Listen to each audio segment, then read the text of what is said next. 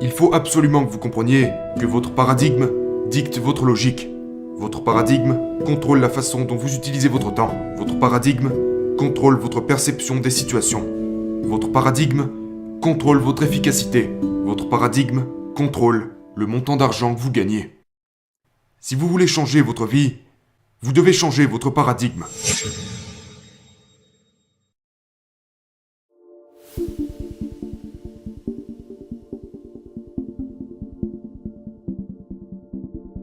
Vous savez, j'ai vu comment fonctionne l'esprit conscient, l'esprit subconscient, et comment le corps est une expression de l'esprit. Si ça vous est déjà arrivé de penser à ça, vous êtes sur le point de voir exactement ce qui se produit. Maintenant, je veux que vous pensiez à ça pendant un moment. Lorsque vous imprimez une idée dans votre subconscient, cette idée altère la vibration de cet instrument que nous appelons notre corps. Notre corps est une structure moléculaire. C'est tout ce qu'il est. C'est une masse d'énergie qui vibre à très haute intensité. Maintenant, nous avons inventé un mot pour décrire le degré de vibration de notre corps. Ce mot, c'est sentiment.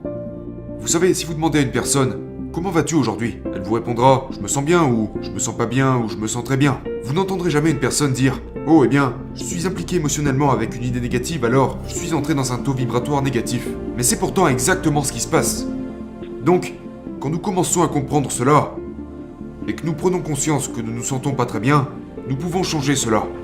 Cela demande un peu d'entraînement, mais vous pouvez le faire. Nous sommes vraiment responsables de ce que nous ressentons. Maintenant, nous laissons les autres nous impacter, mais nous ne devons pas les laisser le faire. Nous n'avons pas besoin d'y réagir, nous pouvons juste répondre. Nous pouvons simplement écouter ce qu'ils disent et puis répondre, eh bien, vous avez le droit de penser ce que vous voulez, mais ce n'est tout simplement pas mon opinion. Et nous pouvons avoir notre propre idée de nous-mêmes. Vous savez, il est important que nous comprenions comment l'esprit fonctionne. Et que nous comprenions la relation du corps à l'esprit et de l'esprit au corps. Maintenant, nous voulons changer nos résultats. Nos résultats pourraient être liés à notre corps, comme par exemple, vous voulez peut-être perdre quelques kilos, ou prendre quelques kilos.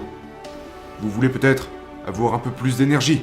Voyez-vous, toute l'énergie qu'il y a jamais eu ou sera jamais est uniformément présente à 100% partout en même temps. Tout est énergie. Vous savez, vous entendrez des gens dire « Mais d'où tire-t-il toute cette énergie? Où arrive-t-il à trouver toute cette énergie ?» Personne ne possède d'énergie. Nous ne faisons que libérer de l'énergie.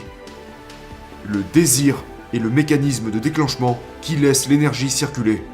Maintenant, revenons en arrière et résumons tout ça. Ici, nous avons ce schéma qui représente notre corps. Ici, vous avez l'esprit conscient et ses 5 facteurs sensoriels. Ici, vous avez l'esprit subconscient et pour finir, vous avez le corps. Maintenant, l'esprit conscient a la capacité de choisir ses pensées. Puis ces pensées se transforment en images. Ces images sont envoyées à l'esprit subconscient et l'esprit subconscient les exprime sous forme d'action à travers votre corps.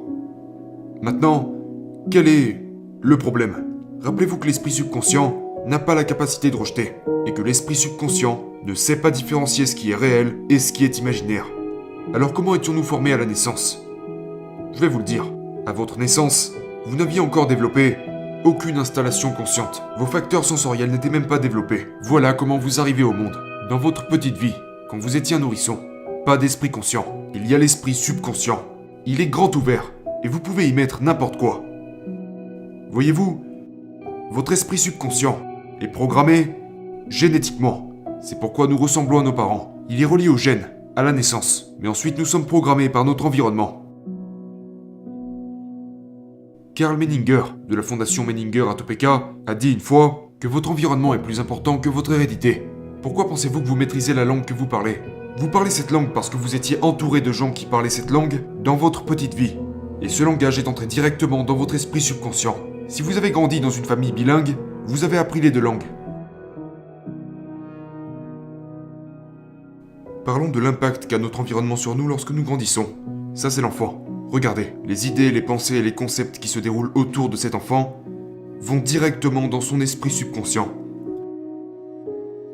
Et comprenez bien, l'enfant absorbe toute la journée, chaque jour, toutes les semaines, chaque semaine, tous les mois, chaque mois, toute l'année. Et cela dure entre 4 à 5 ans. Quand l'enfant atteint l'âge de 4 ou 5 ans, qu'il peut commencer à penser par lui-même, cet enfant est programmé. Cet enfant est programmé pour penser comme les gens par lesquels il a été entouré. Si les gens qui entouraient cet enfant vivaient toujours des moments difficiles, avec des problèmes d'argent, à toujours être endettés, il y a de fortes chances pour que cet enfant reproduise ce modèle quand il sera adulte. Maintenant, vous pouvez penser, c'est bizarre, mais c'est vraiment comme ça que ça se passe. C'est ce qui s'est passé pour moi. J'ai été élevé pendant la Grande Dépression. Nous n'avions pas d'argent. Ne parlez pas d'argent et contentez-vous de ce que vous avez. Eh bien, ce n'est pas vrai. Vous ne devriez jamais vous contenter de ce que vous avez. Vous devriez être heureux de ce que vous avez, mais pas satisfait. L'insatisfaction est un état créatif. Donc nous avons ici un enfant qui a été programmé. Maintenant, prenons un instant et réfléchissons à ça. Que se passe-t-il lorsque l'enfant commence à penser par lui-même? Pensez à ça. Le paradigme contrôle la vibration et la vibration contrôle l'action qui produit le résultat. Maintenant allons-y. Ici nous avons l'enfant avec le paradigme et les installations conscientes qui se sont développées. Donc maintenant il a la capacité de penser grâce à la puissance qui coule en lui. Mais à quoi va-t-il penser? Il va seulement penser à des choses qui sont en harmonie avec son paradigme. La plupart d'entre nous ont été élevés à croire que nous devons être employés pour gagner de l'argent. Savez-vous que travailler en tant qu'employé est le pire moyen de gagner de l'argent? Nous avons ici une personne qui a été programmée génétiquement et par son environnement. Le paradigme n'est rien d'autre qu'une multitude d'habitudes. Une habitude est une idée qui a été enracinée dans l'esprit subconscient grâce à la répétition.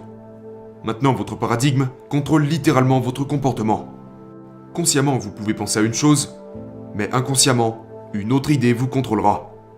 Nous pouvons nous asseoir, lire des livres, écouter des enregistrements, et se dire « Oh ouais, je peux faire ça, ça a du sens, c'est logique. » Puis après coup, nous n'arrivons pas à le faire. Pourquoi? Pensez à ça un moment. Je veux que vous fassiez ça maintenant. Vous allez accepter l'idée que vous pouvez transformer vos revenus annuels en vos revenus mensuels. Là, vous vous dites « C'est vrai que ça serait bien. » Mais est-ce que vous allez le faire?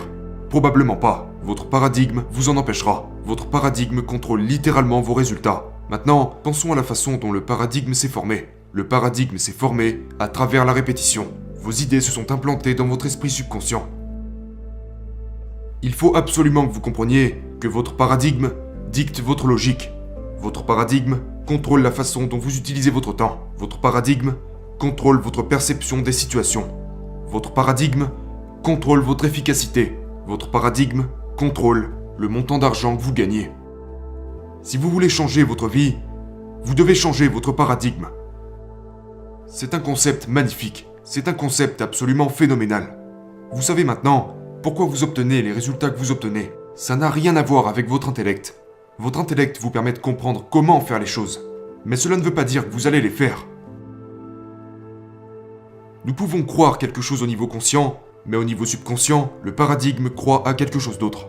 Il y a un mot appelé praxis. Praxis est l'intégration d'une croyance par le comportement. Nous devons prendre les croyances que nous créons consciemment, des croyances que nous créons par la pensée, et les implanter à la place de nos vieilles croyances. J'avais l'habitude de croire que je ne pouvais rien faire de mieux que ce que je faisais déjà. Je me sentais chanceux d'avoir été embauché au service d'incendie quand j'étais jeune.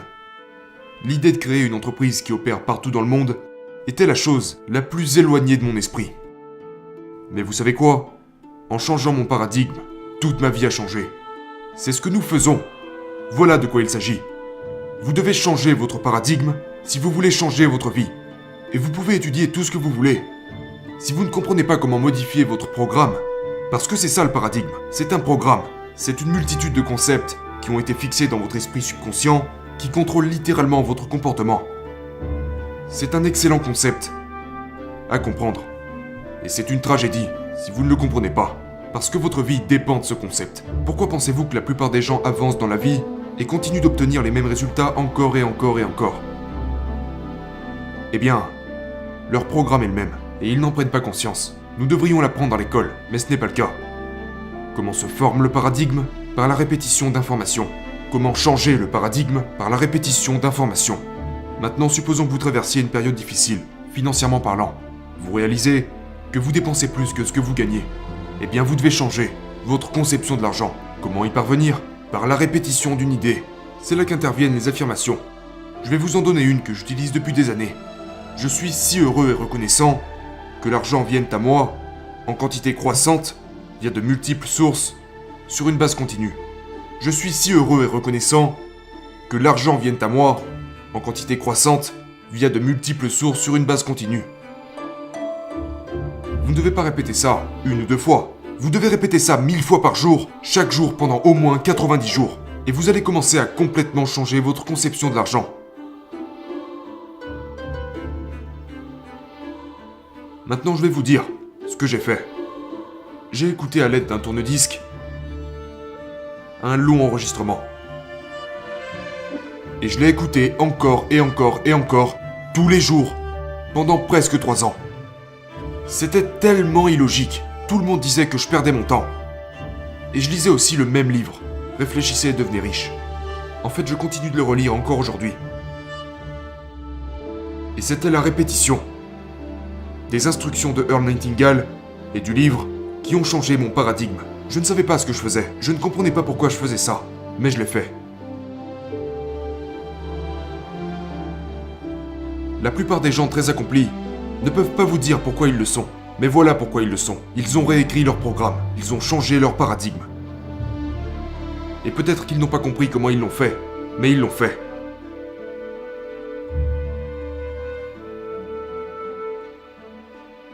C'est une excellente façon de vivre.